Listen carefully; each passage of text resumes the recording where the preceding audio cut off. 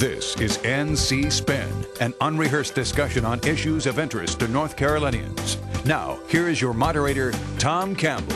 Welcome. You've heard and read the spin the media and the politicians have put on the issues of the day.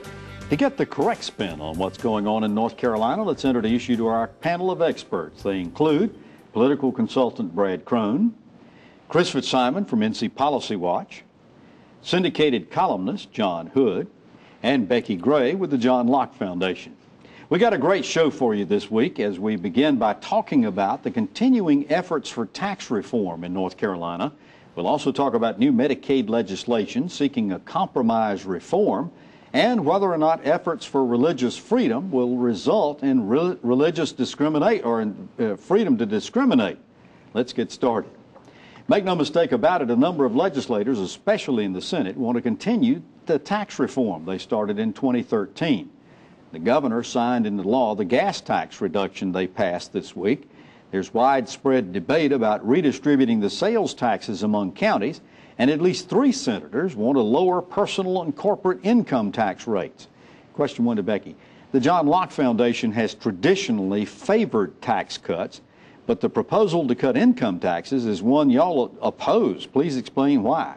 Well, actually, we don't oppose the personal income tax cuts or any of the tax cuts, to be honest with you. What our position is prudence during this time that we've letting the previous tax reforms, comprehensive tax reforms, take place, and to let things settle in, and that any additional money that we might have, really, we're suggesting that it be put into the rainy day, to the reserve accounts.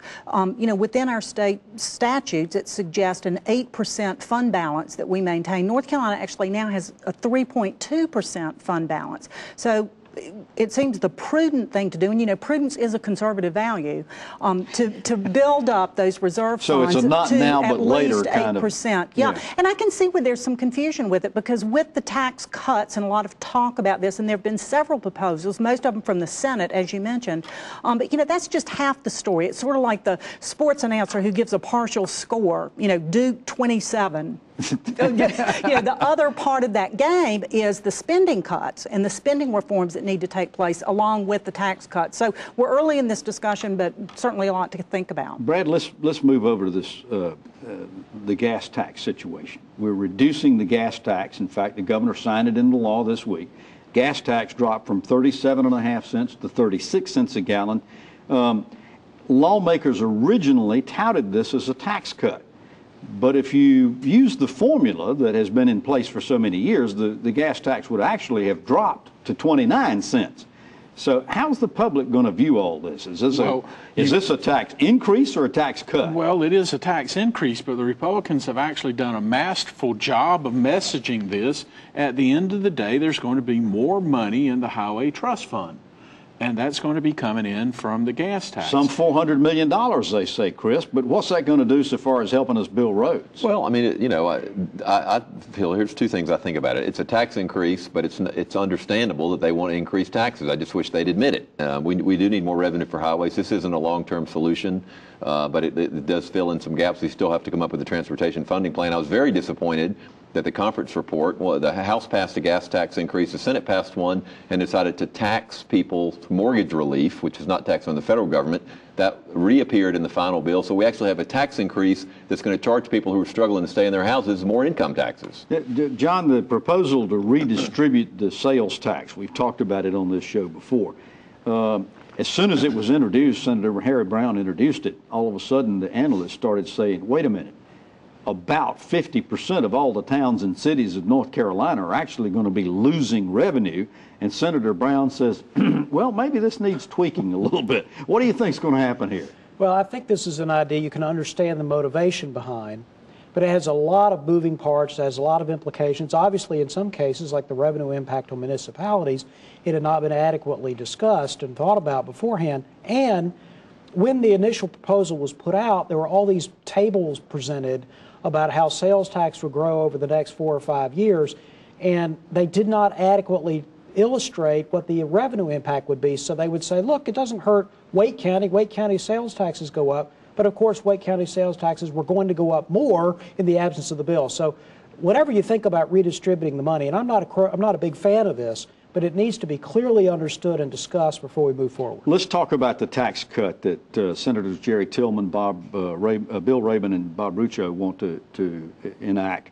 They want to cut personal income tax rates from 5.5% to 4% in 2017. They also want to reduce that's the corporate rates. They want to reduce the personal income tax rates.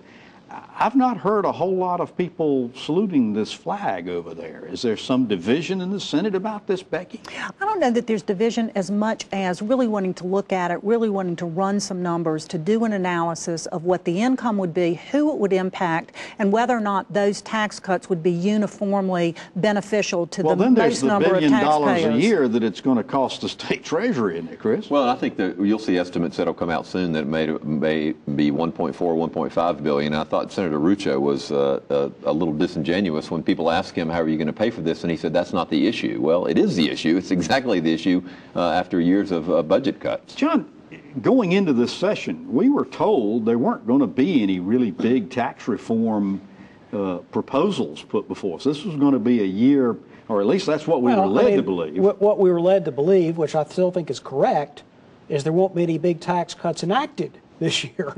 But of course, people get to propose whatever they're going to get to propose. And I believe, maybe the senators in question will be angry with me for saying this, but I actually don't think they intended for this bill to be enacted this year. I think this was a marker, a signal. This is the kind of thing we'd like to do in the future and kind of get people talking about it, but I think its prospects are very, very limited. Interesting. And a lot's going to depend on April 15th, 3 seats too, Tom. And then, again, this is just part of this process. The tax cuts are directly related to the spending cuts that we'll see later as we go through the budget proposal. So I think some of this, too, is just getting some numbers out there and seeing what some options might be.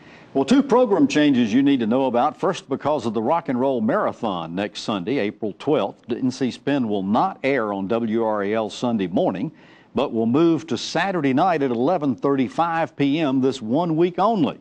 Will still air on Fox 50 at 8:30 a.m., but on RAL only Saturday night at 11:35. And also, we're very pleased to announce to our viewers and friends in Wilmington and southeastern Carolina that NC Spin is now airing each Sunday morning at 8 a.m. on WILM 10, the CBS station for the Southeast. So be sure to tell your friends and watch Balanced Debate for the Old North State Sundays at 8 a.m. on WILM. After this messages, we're going to talk about religious freedom. NC Spin will return after these messages. The Legal Workforce Act is a bad idea. Forcing mandatory E-Verify before creating a 21st century guest worker program is bad for agriculture and it's bad for our economy. Wasting crops, closing farms, and importing our food are not acceptable consequences. We expect better. We must solve our current workforce needs first, tell Congress to fix our broken immigration system the right way.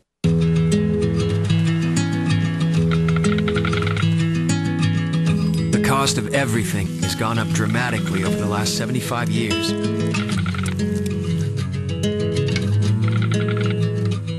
With one exception, keeping electricity affordable. That's the power of your co-op membership. Learn more at togetherwesave.com. North Carolina's Touchstone Energy Cooperatives, looking out for you. Every year, North Carolina patients undergo 635,000 same-day surgeries. 72% of these surgeries are performed in our highest-cost hospital facilities, adding as much as $2,000 to every procedure. The state's outdated Certificate of Need law prevents competition from lower-cost, higher-quality same-day surgery centers, inflating healthcare costs and limiting patient choice. Tell state lawmakers it's time to lower healthcare costs now. It's time to make a simple fix to an outdated law, increasing patient choice and lowering healthcare costs now. You can help. Visit reformconnow.com and tell lawmakers it's time for a simple fix to an outdated law. It's time to lower healthcare costs now.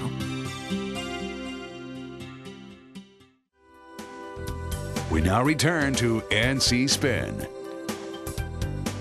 The bill the Senate passed that allows magistrates to refuse to marry gay couples on religious grounds is similar to legislation passed in other states, and those states are now awakening to the possible consequences as strong opposition to that legislation is being voiced by business and sports entities, among other groups. Governor McCrory says he would veto the bill if it becomes law, and House Speaker Tim Moore has said the bill isn't going anywhere until he and the House have a chance to say how it's going to impact our state.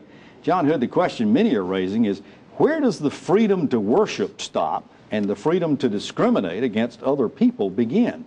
How do you respond to this question? Well, that question should have a fairly simple answer, which has to do with whether it's on your property or not, or your private, whether it's private or public.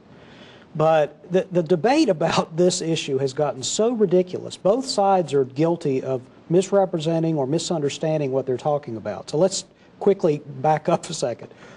The original wave of Freedom Restoration Act bills, which started in Congress in 1993, was because the Supreme Court changed the way it evaluated decisions that had to do with people's religious conscience. Previously, they had done it, they had required strict scrutiny of any government action that would have a substantial effect on people's ability to act on their religious beliefs. That didn't mean that the plaintiffs in question got to win. They usually still lost, but there was a reasonable solution on a case-by-case basis. The Supreme Court changed, so the federal government said, let's fix it. It was a virtually unanimous decision in the Congress back in the 90s, and many states addressed it. Some states passed bills. North Carolina didn't, but our courts have already interpreted our religious freedom provisions of the Constitution as providing this standard. So I would argue this bill is not needed in North Carolina because the courts are already taking care of it. Now, here's the problem, though, because that's the argument against taking action. But the argument that people are advancing against Indiana is ludicrous.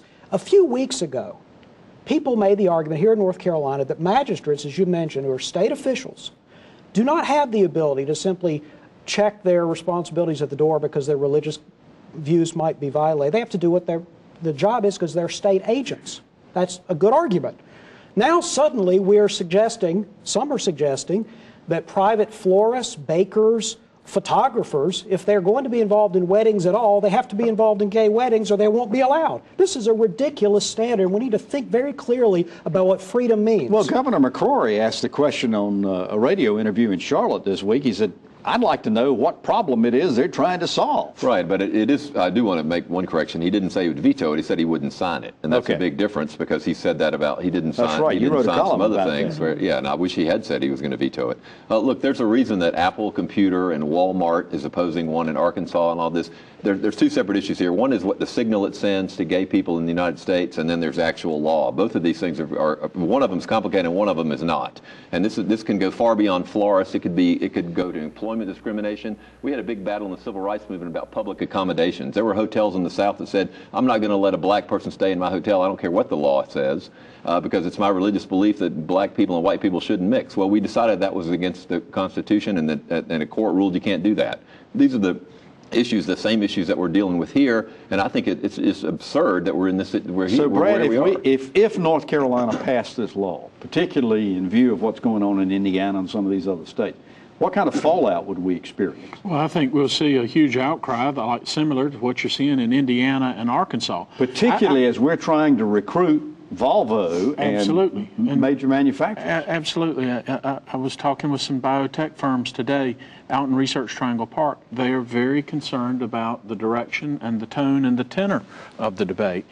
I think we all support religious freedom, Tom. I think the question is, does it become a tool to allow you to discriminate against anyone? And I think universally everybody would be opposed to that. So, Becki, what's going to happen to this? Is it just going to die? I think Speaker Tim Moore spoke to this just this past week and really said we need to be thoughtful about this. We need to make sure that anything that we do in North Carolina that's done in the right way to protect everyone's rights. And to John's point, I think a lot of people agree we already have those protections here in North Carolina, but let's make sure that they're in place. So first of all, people's religious religious freedoms are protected, and there is not a chance of discrimination. I liked his message, but didn't you find it a little interesting? He says you want to find out how it's going to affect our brand. Well, I think he was talking about economic development here, but I think it's worth noting, and I've said this on the show before, it is completely legal in North Carolina for an employer to walk down the hall and say, I understand that you're gay, you're fired. That is legal in North Carolina. It's not legal in federal jobs. It's not legal in a lot of states. That, to me, would answer a lot of the questions. If the legislature would be willing to pass that bill as other states have passed as rules federal employees, that would remove a lot of fear of discrimination from people. Interesting. Well, after these messages, we're going to talk about more Medicaid measures. NC Spin will return after these messages. Where do you go when you need to know?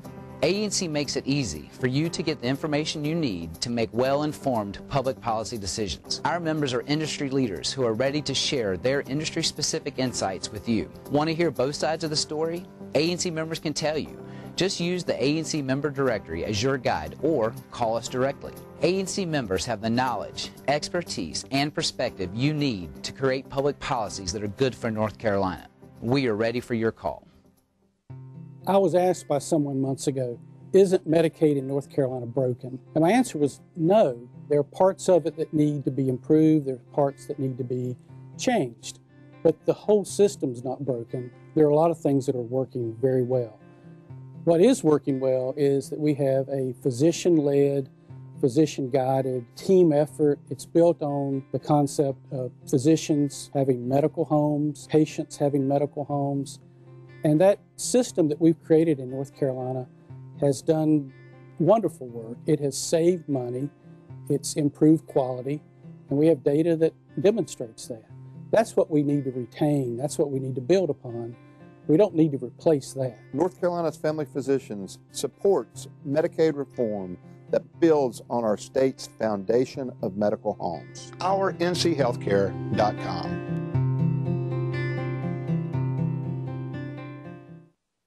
Does your North Carolina business or organization have a story to tell? I'm Richard Campbell, and at Carolina Broadcasting and Publishing, we help tell stories that connect you to the people who will respond. We take the time to understand our clients' needs and what makes them unique. We craft their stories through the efficient use of words, images, and videos that resonate with their desired audience. We also know that a good story is incomplete without a call to action. On video, on air, online, and in print, from concept to final production, no one can help tell your story more effectively or affordably than we can. For special introductory offers, visit carolinabroadcasting.com or call 919-832-1416. Again, that's carolinabroadcasting.com. Let us help tell your story today.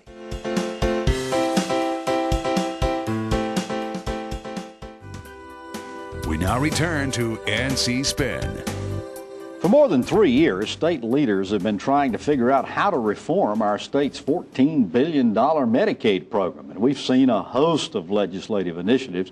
But after months of negotiation between the legislature, the governor, and the House of Medicine, there's no agreement how to proceed. A number of measures have been introduced prior to the April 1 deadline. One would eliminate state funding to CCNC, a managed care entity widely supported by doctors and hospitals. Brad, legislators, led especially by the Senate, want a hard, firm cost per patient per month called capitation. CCNC, the doctors, and the hospitals haven't shown them how to get there. Are we going to continue this Medicaid conflict, or is there some compromise solution in sight? Well, I think you're going to see a compromise solution. I do think that the President Pro Tem and the Senate have really challenged the healthcare community to come up with a plan, Tom, and I think we'll see that within the next couple of weeks. I would also say it's interesting to note that over the last 3 years, the Medicaid budget in the states remained rather consistent at about $3.4 billion. The offsets have been primarily because of the repayments back to the Center for Medicare and Medicaid Services on overruns that they had from 2006 to 2010, and then also the receipt transfers that were coming out of the Medicaid fund back into the education line items in the recession in 2009-2010. So those offsets have stopped, and as you look, the cost of Medicaid's leveled out. And as the debate goes forward, it's really going to become a question. Do you want a managed care organization to come in and take over Medicaid, or do you want your doctors and your hospitals to be the recipient of those dollars? Yeah, Becki, talk about this effort to eliminate CCNC. I mean, the doctors and the hospitals and a lot of people have been very supportive of CCNC and say that this managed care entity has actually saved money for North Carolina. The Senate, on the other hand, has been out to get them almost since the get-go. Well, I think the problem and the objection that a lot of people have to CCNC is it's basically a monopoly in North Carolina. So the suggestions that I've seen in some of the bills that I've read would suggest a managed care, switching to a managed care thing. This bill would cut all their money off. Well, but that's one bill of how many have we had, if the introduction, 20 bills to deal with Medicaid. But the thing with CCNC, I don't get a sense that anybody's out to get them. I have a sense that there's an effort to have a competitive market for this. And I don't think anybody would object to CCNC being part of that competitive market, but it's opening it up so there's more competition. And what we're really talking about is a reduced cost and budget predictability. John Senator Ralph Heiss is still trying to get that independent board to oversee Medicaid. Is this going anywhere? Well, there's some legal matters that are overhanging discussions of this kind. Well, particularly with the court case That's involved. What I'm talking about. Yeah. But also there's still a debate. I mean, ultimately, just as Becki was saying, the goal of even that is presumably to increase the predictability of revenue of Medicaid forecasts and to control costs over time. And as Brad said, the Medicaid forecasts are closer to what they thought than before, which may reduce a little bit of the immediacy of taking action. I still think there's actually a fairly widespread agreement among the executive and legislative branches that there should be some change in the governance of Medicaid. It's just the governor doesn't want it taken completely out of his control. All right, so what happens, Chris? I mean, assuming this stalemate, we thought that there was going to be some resolution during the fall and winter before the legislature came back into session. At least we'd been told that they were going to try to do that. Here we are in April. They still don't have any kind of consensus compromise solution. What happens if we don't do anything? Well, we continue the way we are, and Medicaid has stabilized. I don't think we have a big Supreme Court decision that's going to affect health care coming out this spring in June about the Affordable Care Act. That's going to be interesting. I don't think, I actually, despite the efforts and all the bills, I still think it's unlikely they're going to have a significant piece of Medicaid legislation passed this session. I think they'll come close and punt it to next year. Yeah, well, they did that 2 years ago. Right. One thing that they really might do, what we've seen, and this has been a couple years, really, that they just have dug in. There doesn't seem to be a lot of movement, not a lot of consensus. North Carolina is not the only state in the union that is grappling with this. And there are other states who are actually ahead of us who have found some solutions to some of these problems. So one thing that might get them out of this gridlock is to look at some other states, Louisiana, Florida, Kansas, see what they're doing, maybe borrow some ideas there, kind of get out of this gridlock we seem to be stuck in. Louisiana is probably not the model because they went to MCOs and had a $900 million overrun over a 2-year period of time. So. Well, after these messages, we're going to ask the panel to tell us something we don't know. NC Spin is brought to you in part by the North Carolina Farm Bureau. The Farm Bureau and Agriculture. We keep North Carolina growing. Hi, I'm Linda Loveland. I want the best for my kids. Feeding them foods they like within my budget is a priority. But what do we really know about these foods? North Carolina farmers and food experts give you a website to find it all. FeedTheDialogueNC.com, a place where moms like you and me can learn more about the foods we eat and the farmers that feed us. Check it out. Add your input and help feed the dialogue. Let's talk food at FeedTheDialogueNC.com. Nobody ever imagined a mammogram machine being subject to CON law. If I want to invest our business dollars into technology that I think is going to benefit my patients, my customers, we should be able to do that. I think it's time to take a law that was intended to protect the citizens of North Carolina and now is harming them and change it. I'm Dr. Bruce Schroeder, and I support CON reform. Visit reformconnow.com. Medicaid system is not a perfect system. There are things could be changed, but there's a lot that's going well with the system. Community Care of North Carolina is in place. It's a team of nurses, advisors, caregivers who help us out. We want to call and say, look, I've got Miss So-and-so here. She needs to have her weight checked each day because she's got congestive heart failure. Can you send one of those monitors out to the house and keep an eye on this and let me know if her weight goes up too much, because if it does, she's retaining fluid and she's going to be back in the hospital. We work together with them. That's a great system. It saves a lot of money. It's proven to work. We're not opposed to changing the things that need to be changed, but let's not throw out everything that we worked for the past 15 to 20 years. North Carolina's Family Physicians supports Medicaid reform that builds on our state's foundation of medical homes. OurNCHealthcare.com. We now return to NC Spin. Love this part of our show every week when we ask the panel to tell us something we don't know. Chris Fitzsimon, will start with you. Well, it's interesting this past week. We had talked recently on NC Spin about a plan to remove the religious exemption for vaccines for children, and I think we sort of came to a consensus on that panel that we ought to trust the science and make sure that kids are vaccinated to protect not only those children but other kids from communicable diseases. The Senate leadership sent a press release out this week saying that bill is dead for the session and we're not going to take it up. They were under tremendous pressure from one wing of the Republican Party, and it's sad that we're not even going to have a thoughtful debate about how to protect children's health. You remember when you used to do the weekly spin cycle and you had in there all the latest rumors and reports from Jones Street. Well, right now, Daily Haymaker is sort of taking that place, and boy, have they ever. Are wearing them out. And it's driving the Republican leadership in the House in particular crazy. So they're taking steps to really clamp down on their caucus meetings to stop the leaks out to the Daily Haymaker. Interesting. Becki, tell us something we don't know. We've heard a lot, and I think we're going to continue to hear a lot about this historic restoration tax credit that expired, and Secretary Klutz and the governor have been going across the state advocating for it.